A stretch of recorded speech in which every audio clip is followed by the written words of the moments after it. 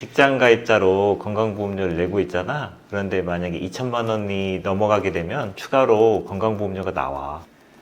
얼마 정도 도네? 한 월 10만 원 정도 더 내야 될걸? 내가 내고 있는 금액에서 10만 원을 더 업해야 돼. 맞아.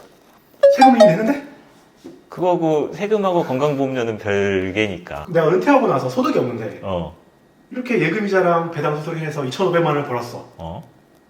그러면 세금 외에는 또 보험료를 내야 되는 거야? 보통 이제 은퇴하고 소득이 없으면 자녀나 뭐 배우자의 이제 피부양자로 들어가게 되잖아. 그렇지?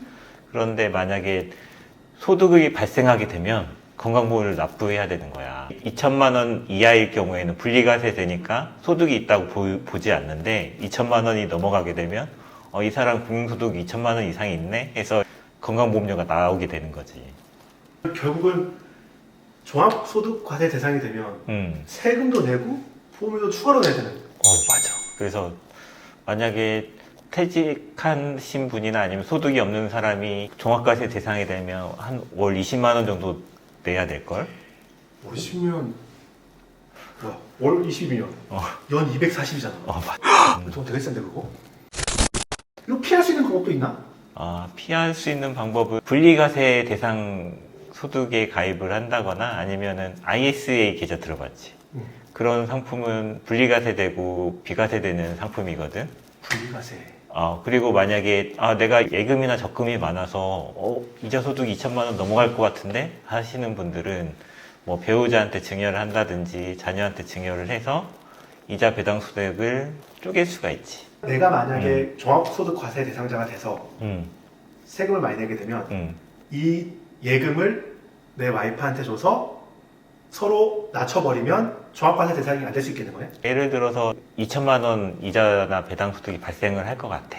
그러면 이제 그중 일부를 그 예금이나 적금을 배우자한테 증여를 한다 그러면 6억까지는 비과세가 되니까 그 세금 없이 증여를 하고 대신에 금융소득이 쪼개지게 되니까 나 1천만 원, 배우자 1천만 원 이런 식으로 이제 소득을 나눌 수가 있는 거지. 와이프하고 합산되지 않는구나. 금융소득 종합과세라는 게 인당으로 합산해서 2천만 원을 초과해야 되는데 만약에 배우자랑 나랑은 별개잖아. 그러면 그 배당 받을 때도 이자랑 배당 소득을 합해가지고 어느 정도 밸런스를 맞춰야겠구나. 2천만 원 넘게. 그렇지. 그거를 미리 계산해 보는 게 좋아. 내가 아시는 분 같은 경우도 갑자기 하루아침에 2천만 원이 넘어가지고 금융소득 종합과세 대상이 되셨거든? 근데 그분이 왜 갑자기 하루아침에 2천만 원이 넘었는지 알아? 왜냐면 상품을 가입을 했는데 2년 동안 이자가 발생하지 않았다가 만기에 일시로 이자를 지급하는 상품이야. 그래서 한 3년치 이자가 한꺼번에 발생을 한 거야. 아니 그러면 배분 안 주나? 배분이 안 돼. 그러니까 예적금 이자 같은 경우는 지급받는 날을 기속시기로 하거든. 그런 게 있구나. 억울하게 하겠다. 지금 3년치를 한 번에 받았는데. 한 번에 받았는데, 이거 어떻게 안 돼? 안 돼요? 막 이렇게 물어보는데, 근데 기속시기가 이렇게 적혀져 있어. 예금이나 적금 이자는 지급받는 날을 기속시기로 한다. 미리 받는 이자도 그 귀속시기가 받는 시점이 되는 건가? 받는 시점이 기속시기가 되는 거야. 요 예금이자 같은 경우는 확실히 2천만 원 넘을지 안 넘을지 확실히 봐야겠다. 거기다 배당 같은 경우는 우리가 주식을 갖고 있으면 회사가 상황에 따라서 배당을 많이 줄 때도 있고 쪼개줄 때도 있는데 내가 갖고 있는 주식에서 배당이 많이 나왔어.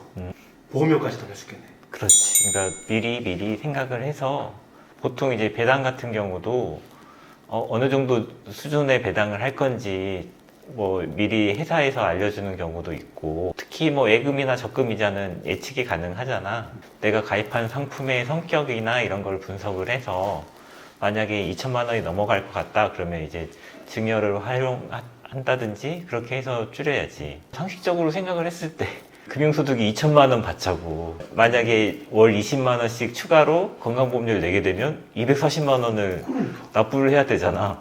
요즘 미국 ETF를 배당형으로 사서 월 배당 ETF를 꽉 채워놓으면 월에 한 200씩 2,400만 원을 받을 테고 그런 것도 지금 말한 종합과세 대상이게 되겠네.